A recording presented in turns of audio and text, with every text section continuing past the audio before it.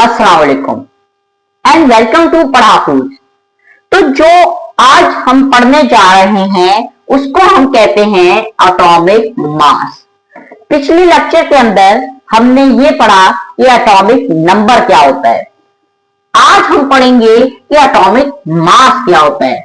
हमने अपने पिछले लेक्चर में ये पढ़ा था कि एटॉमिक नंबर हमारे पास वो होते हैं the number of protons present in a nucleus. जितनी भी प्रोटॉन्स हमारे पास एटम के न्यूक्लियस में प्रेजेंट होंगे उसी को हम एटॉमिक नंबर कहते हैं।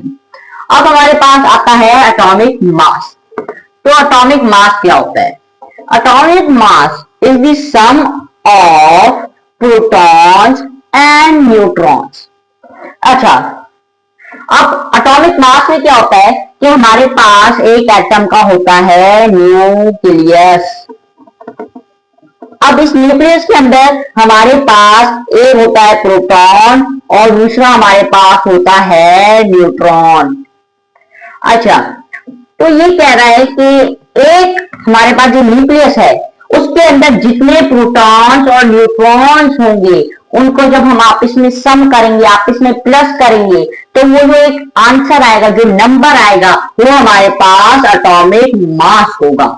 जैसे कि यहाँ पे एक एग्जांपल दी गई है, ऑक्सीजन हैज 8 एटॉमिक नंबर। अच्छा, हमने एटॉमिक नंबर पढ़ा था।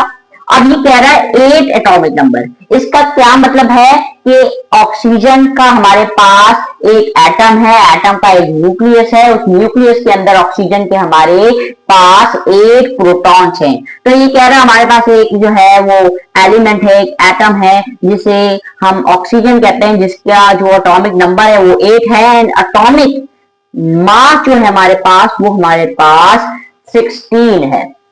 तो यहां पे मैंने एक एग्जांपल ली है जिसके अंदर मैंने एक किस्म का एटम बनाया है। ठीक है, ये किसी एलिमेंट का जो है वो एटम है, वो मैंने बनाया है।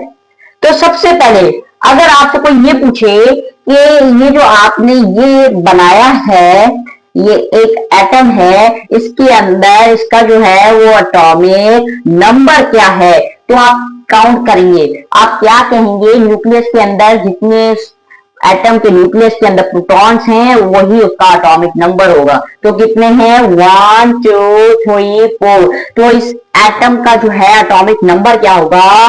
तो एटॉमिक नंबर हमारे पास होगा, वो होगा, हमारे पास एटॉमिक नंबर होगा 4। 4 हमारे पास इसका एटॉमिक नंबर होगा। अच्छा, अगर अब आपसे कोई पूछे कि आपने एटॉमिक नंबर तो बता दिया है, अब ये बताएं कि एटॉमिक मास क्या है इस एटम का, तो आप क्या कहेंगे कि जो प्रोटॉन और न्यूट्रॉन्स की तादाद न्यूक्लियस में है उनको आपस में सम आउट कर देंगे, उनको आपस में प्लस कर देंगे, तो हमारे पास जो नंबर आएगा वो हमारे पास एटॉमिक मास होगा। तो यहाँ पे हमने प्रोटॉन्स को कर लिया, हमें पता चल गया कि हमारे पास प्रोटॉन्स कितने हैं? 4 है हमारे पास, 1 2 3 4। अब हमने पता करना है कि हमारे पास न्यूट्रॉन्स कितने हैं, तो 1 2 3 4 5। अब हमारे पास 5 न्यूट्रॉन्स हैं, तो हम क्या करेंगे? 4 + 5 = 9। तो हम क्या कहेंगे कि ये जो 9 है हमारे पास, ये इस एटम का एटॉमिक मास है, एटॉमिक मास है हमारे पास। तो आई होप कि आपको समझ आ गया होगा कि हमारे पास एटॉमिक मास क्या होता है। Atomic mass protons and neutrons की जो सम अप करते हैं, जो न्यूक्लियस के अंदर पाए जाते हैं प्रोटॉन्स और न्यूट्रॉन्स, जब हम उनको सम करते हैं तो वो जो आंसर आता है, जो नंबर आता है, वही हमारे पास एटॉमिक मास कहलाता है। तो आज के लिए सिर्फ इतना ही। अल्लाह हाफ़िज़।